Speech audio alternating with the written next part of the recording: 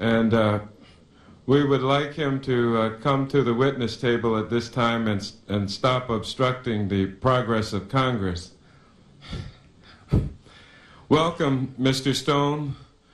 We have your prepared statement. You are probably the reason that we're all here today. And you've moved the country and your Congress to immediate activity with reference to the subject matter that brings us here today. We welcome you before the Government Operations Committee. It's our honor and pleasure to have you as the next witness. Thank you, Mr. Chairman. I have a prepared statement, which you have for the record, which I may vary from slightly. I may improvise, as directors sometimes do, as I read. Mr. Chairman, members of the subcommittee, my name is Oliver Stone, and I assure you it is with pleasure and some pride that I appear before this subcommittee today to urge the passage of House Joint Resolution 454, quote, to provide for the expeditious disclosure of records relevant to the assassination of President John F. Kennedy. I'm proud to be here, Mr. Chairman, because I think it is reasonable to suggest that my most recent work, the motion picture JFK, may, in its reception by the American people, have played some role in creating the state of public opinion from which House Joint Resolution 454 has emerged.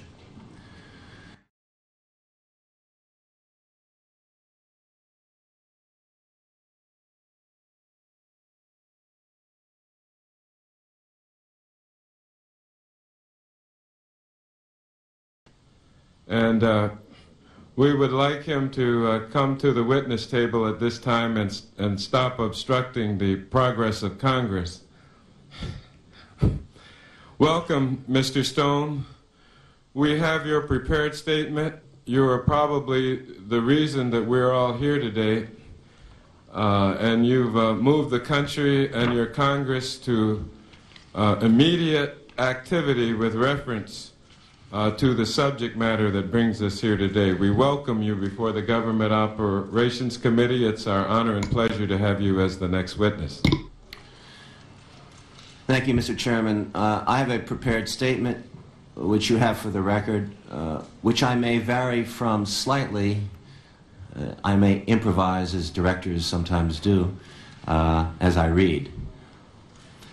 Mr. Chairman, members of the subcommittee, my name is Oliver Stone, and I assure you it is with pleasure and some pride that I appear before this subcommittee today to urge the passage of House Joint Resolution 454, quote, to provide for the expeditious disclosure of records relevant to the assassination of President John F. Kennedy.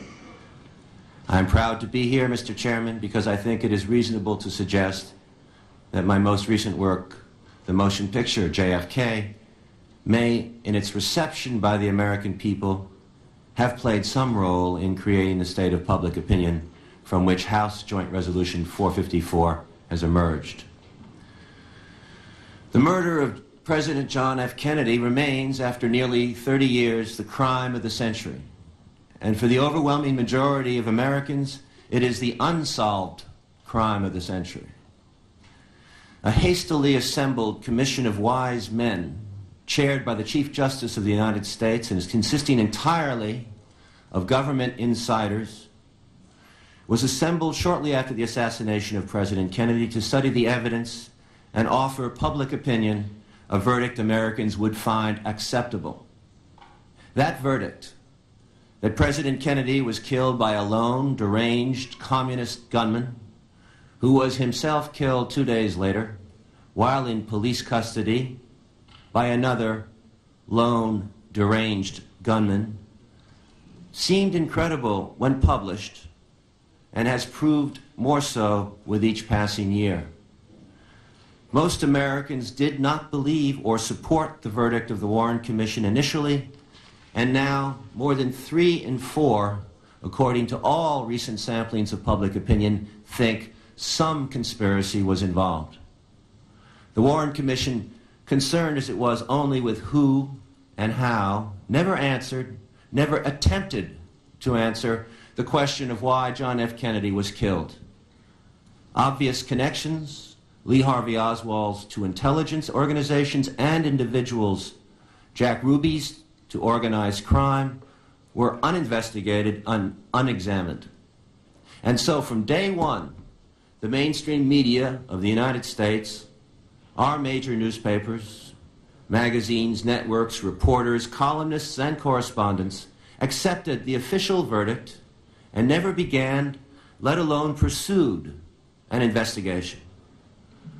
Hard as it is to believe the crime of the century, in which the preliminary verdict was widely disbelieved and discredited, was never seriously investigated by any major journalist or journalistic organization in America, even those priding themselves on their existence as, quote, newspapers of record or centers of investigative journalism. And thus, the official media joined official government in a decision to stonewall the American people, partly through lethargy, and in part, an important part, to protect their own record of inaction and bland acceptance of the unacceptable. And so, Mr. Chairman, when Warner Brothers wholeheartedly supported, against urgings by those very media defenders of the orthodoxy and silence, to suppress my film, The Making of JFK, Americans finally confronted on the screen the fact that most of the records which could have yielded a different verdict, CIA, FBI, military and naval intelligence, the files of the investigation by this body's Select Committee on Investigations, all these were sealed from public view for 50 years. So it was no surprise a movement began in this House, in the Senate, and in public to open those files to permit us to try to find out the truth we had so long been denied. What were Lee Oswald's connections to American intelligence agencies, the CIA, the FBI, Army Intelligence, and the Office of Naval Intelligence?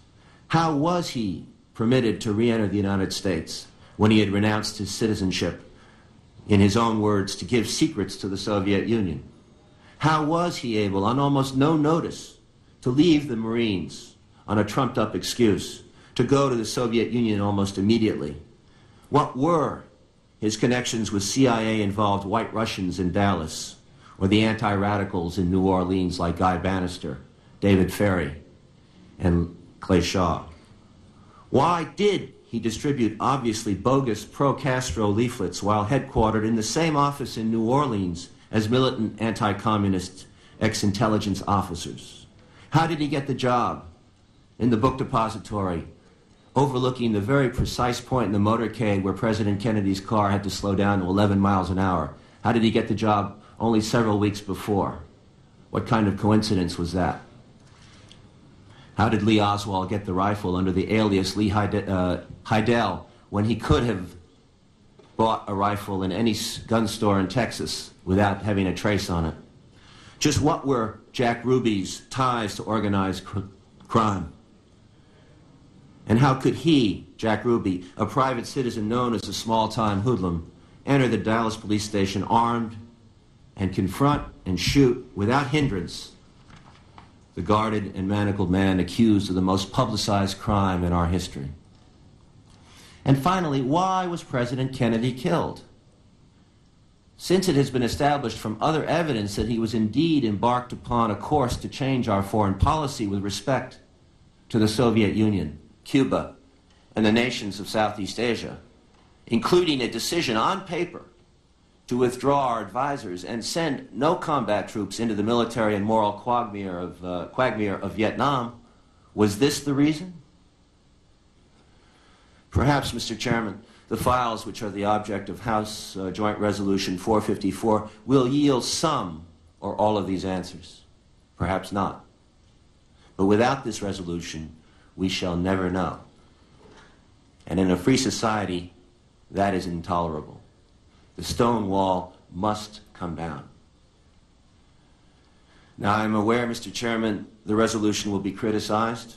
Legal hair-splitting by the Department of Justice and the Office of Management and Budget, part of arcane battles which really concern the propriety of the special prosecutor rules, may impede passage.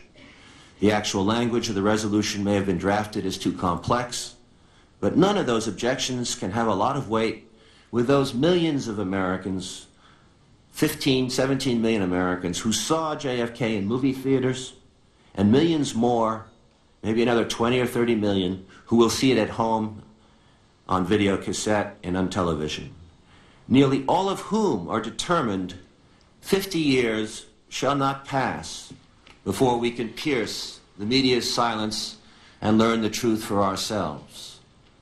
The people have spoken loudly and clearly. The agencies who have stonewalled for decades may invoke that catchphrase of obstructionists and hiders of the truth, the magic words, national security. But, Mr. Chairman, our enemy lies in ruins, and the danger some Soviet agent may learn something embarrassing to the CIA or naval intelligence is no longer important, if it ever was. It is only important to those who may be hiding something. Perhaps a handful of living people whose names are in these records may need protection for reasons of privacy. But that can be easily accomplished, and those names, if any, can be easily edited. Mr. Chairman, don't let the existence of thousands of pages of documents deter you from the course of openness and candor you have so strongly set. The technology exists to review those files swiftly and fully. If the task is undertaken by people who want the files open, it will be done quickly. If by those who want them to remain concealed, then lawyers can be found, petty arguments can be interposed, and journalists can be prompted to support those arguments to keep them sealed for another 50 years. I believe this is an idea whose time has come. Americans will support you as you move forward. Thank you so much, Mr. Stone. We have 74 co-sponsors on the bill at this present time, and we think that a result of the initiation of these hearings, we'll soon get the required number. You are a great American, and you've done your country a great service. As one who enjoys and appreciates the power of film as a part of our culture, I read more criticism than I see movies these days. And the only question that I would like to put to you, and I didn't realize when this first occurred to me that you would be before my committee sooner than I thought, is did you over-lionize Jim Garrison for some artistic reason or through your view of what you were doing with the drama there? Or did you really think he was as great a person as he was, as I've been told he's represented in your film? I don't think I had the time in a 3-hour and 8-minute movie to go into a biography of Jim Garrison. The movie dealt with 4 storylines: Garrison's investigation in New Orleans, the reconstruction of the event in Dealey Plaza, Mr. Oswald's background, and the military-industrial theme that we introduced with the character named X, based on Colonel Fletcher Prouty. So I had 4 themes, and I had little time to dwell into some of the flaws and defects of Mr. Garrison's investigation, including many of the wrong turns that he took. But I admire Jim Garrison. I've met him, spent time with him. I think he is a great American who has been much maligned. I think he's been libeled as equally as Lee Oswald has been libeled in this matter. Mr. Garrison succeeded in bringing 3 things to light. He liberated the Zapruder film by subpoenaing Time Life and getting the film shown for the first time to the American public. Bootleg copies were made of that film. And I think the Zapruder film is the best smoking gun we have. Mr. Garrison also clearly showed the connections that Lee Oswald had to anti-communists in Dallas with George de Mohrenschildt and in New Orleans with Guy Bannister, David Ferrie, and the late Clay Shaw. This is an important piece of work because, and it was supported later by the House committee work, that Oswald was not acting out on a limb someplace as a deranged communist, that he had ties to anti-communists. Thirdly, Mr. Garrison at the trial showed very clearly by the testimony of Colonel Fink that at the Bethesda autopsy, Colonel Fink and the other 2 doctors were not allowed to track the trace of the neck wound in President